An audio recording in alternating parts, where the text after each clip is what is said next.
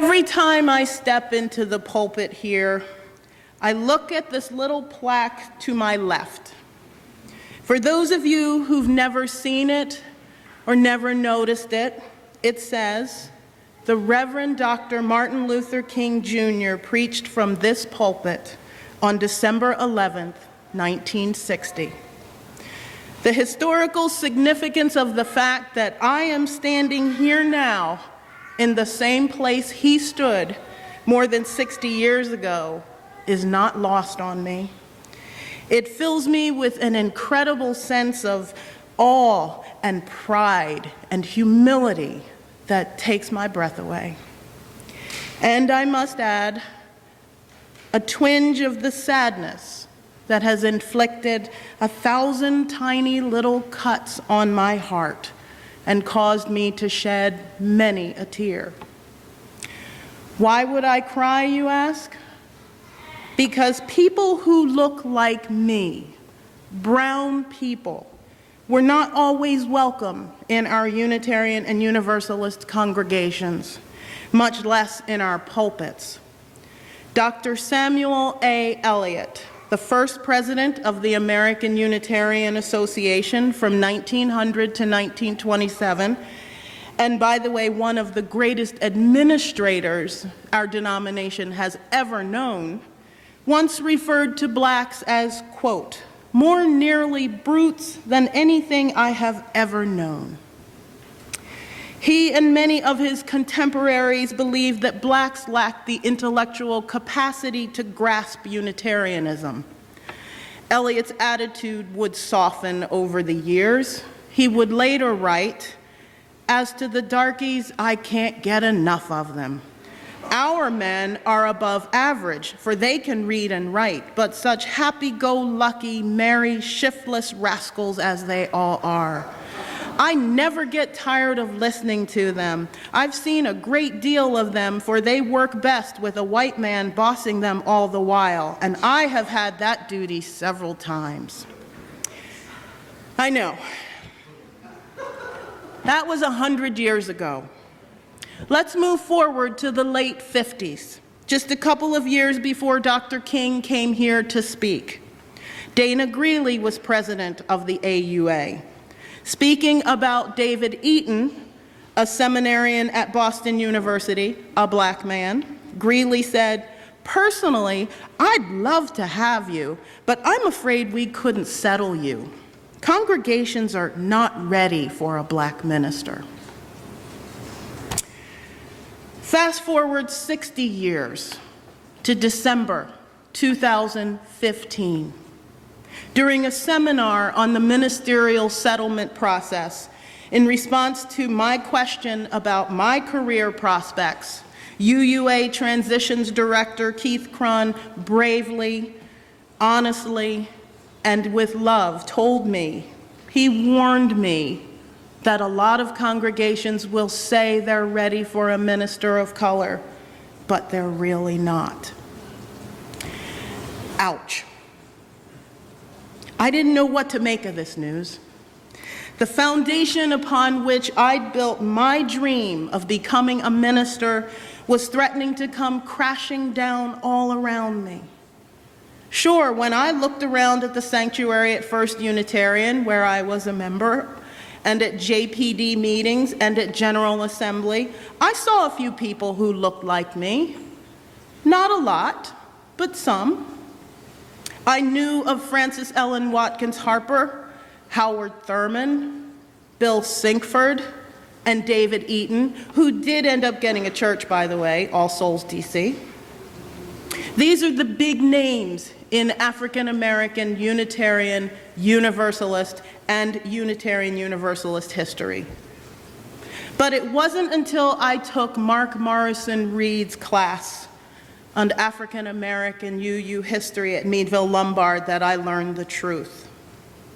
He stood before us one day, arms outstretched, all 6'3" or 4" of him, tears streaming down his face. We were always there.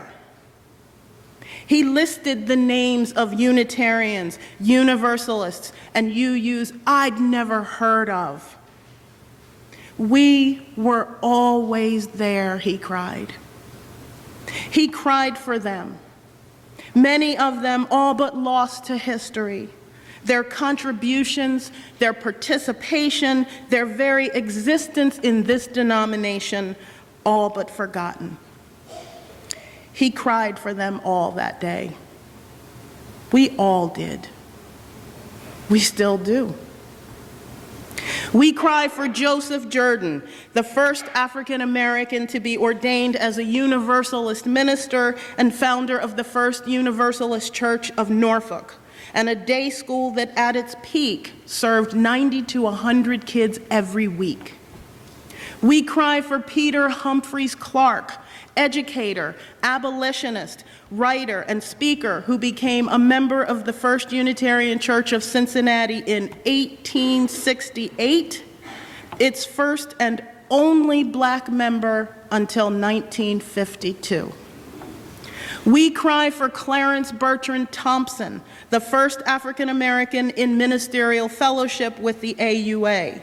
He had bachelor's and master's degrees from Harvard in sociology and economics, was a lawyer, and served as minister of the Unitarian Church of Peabody from 1906 to 1909. We cry for William Jackson, a Baptist minister who wanted to convert to Unitarianism and sought to be a Unitarian minister, only to be turned away by the AUA during its annual meeting in 1860. After being snubbed by the AUA, he stayed a Baptist and left Unitarianism behind. We were always there, and many are still here. Even after losing a significant number of black UUs over the empowerment controversy in the late 1960s, we're still here. Brene and Dallas are still here. Fran and Cy are still here. So many more are still here. Marge Struthers and Jim Bolden down at First are still here. In 1940, there were 2 black Unitarian ministers. At Meadville Lombard today, there are 7 black seminarians out of approximately 100. 3 of us are planning to go into parish ministry. There are black ministers, black music directors, black religious educators, and denominational leaders. A black man, William Sinkford, was even president of the UUA. And next month, I'll join my colleagues at Finding Our Way Home, the annual retreat for UU religious professionals of color. A lot of really good people, black, brown, and white, many of you in this room have worked tirelessly to end racism in our society. Ministers and congregations all over the country have given their hearts and souls to building communities that reflect the diversity of our multicultural society. I'm not downplaying that work at all or giving it short shrift. I am incredibly grateful to those who have fought the good fight and who continue to fight it every day. Because of their efforts, we're making progress, but we're not there yet. Keith's comment told me that.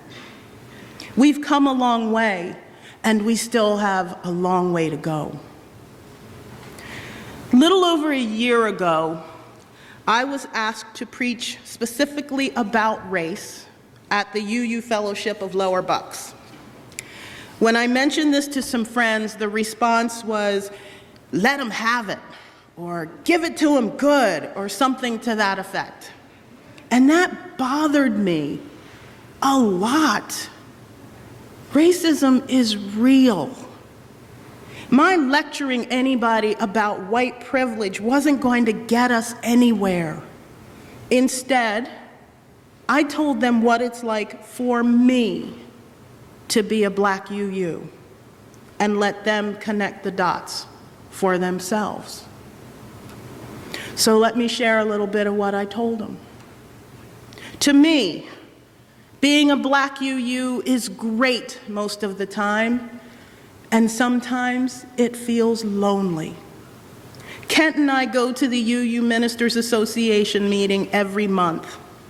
It's lonely being the only one there, month after month after month. Or as my friend Walter puts it, being the only chocolate chip in the cookie. Sometimes as a Black UU, I feel unimportant. This is the flip side of feeling lonely. We say in our eagerness to be inclusive, I don't see color. We're all the same on the inside. While we may have things in common, we're not all the same anywhere, inside or out. I want you to see my Blackness. I just don't want that to be all you see. My Blackness is as much a part of who I am as are my hazel eyes. Don't treat me any differently because of it, but don't ignore it either. It hurts when you tell me to my face that you're colorblind. It tells me that you don't view me as a whole person. When you refuse to see all of me, you see none of me.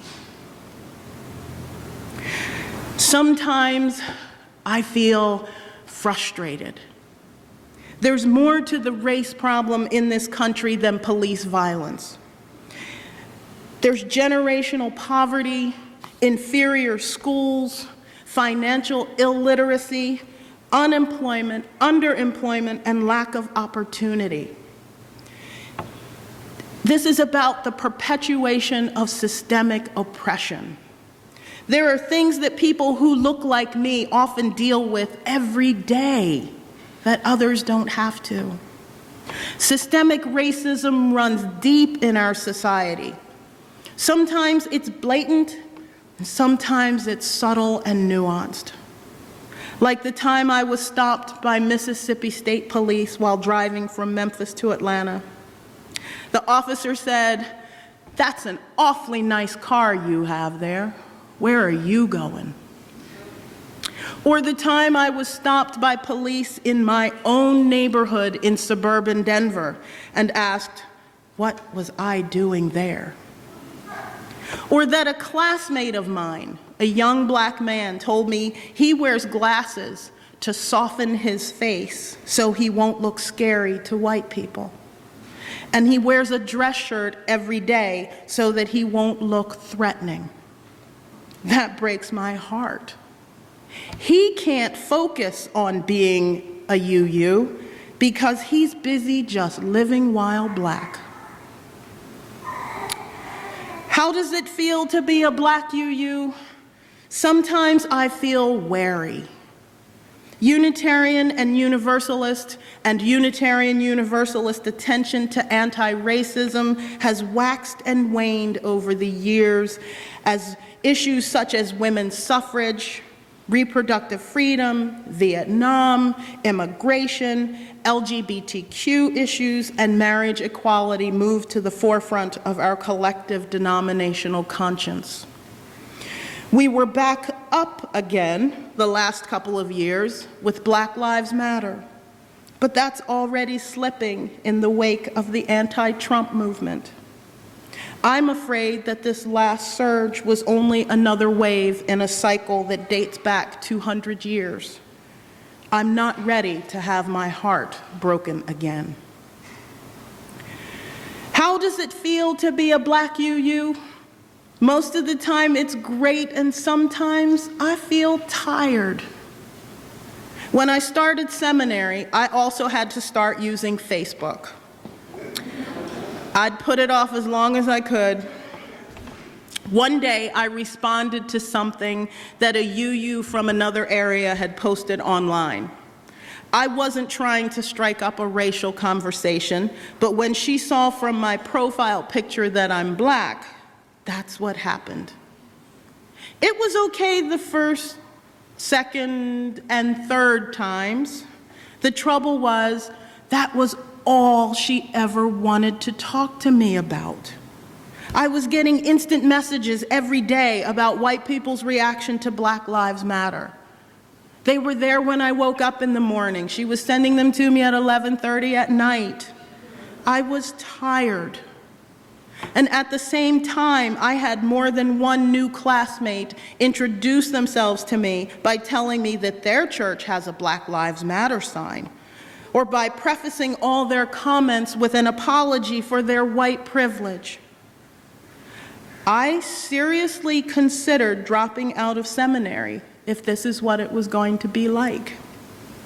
I walked out of the building, the director of admissions followed me, and I went back in. But I wasn't sure. It all just made me so tired. I just wanted somebody to talk to me about dogs. I love dogs. Or music. I play the piano. Or tennis. Kent's always teasing me about getting up at 3:30 in the morning to watch the Australian Open live. I didn't know how to tell people that it's okay to talk to me about something besides race. I was so tired. But like they say, be careful what you wish for. Now it's not about race. They're moving on again as the conversation focuses on Donald Trump and the perceived threats his administration presents to our society. You see, it's never easy. Sometimes I'm lonely, tired, weary, frustrated, all at the same time. And yet, I'm still here. This is my chosen faith. I'm proud to be a Unitarian Universalist. I'm committed to pursuing my calling as a UU minister, committed to ending racism, discrimination, and oppression, committed to helping others explore their own spirituality and search for their personal religious truth. I'm still here, standing on the shoulders of Joseph Jordan, Peter Humphreys Clark, Clarence Bertrand Russell, and William Jackson. This is their faith too. I'm building on what they started, claiming my own place in our history. And I'm proud to be on this journey alongside Bill Sinkford, Ade Amakraba, Daniel Gregoire, Cheryl Walker, and Mark Morrison Reed, and so many, many others. And I'm proud to call them my colleagues. We're not all the way there yet, wherever there is. What I know for sure is that those of us who are here today have been entrusted with the stories of those who came before. By honoring their legacy, we will ensure that their experiences remain part of the UU story and that their stories are passed on to those who come after us. Through us, future generations will see that we were always there and always will be. May it be so. Amen and Ashe.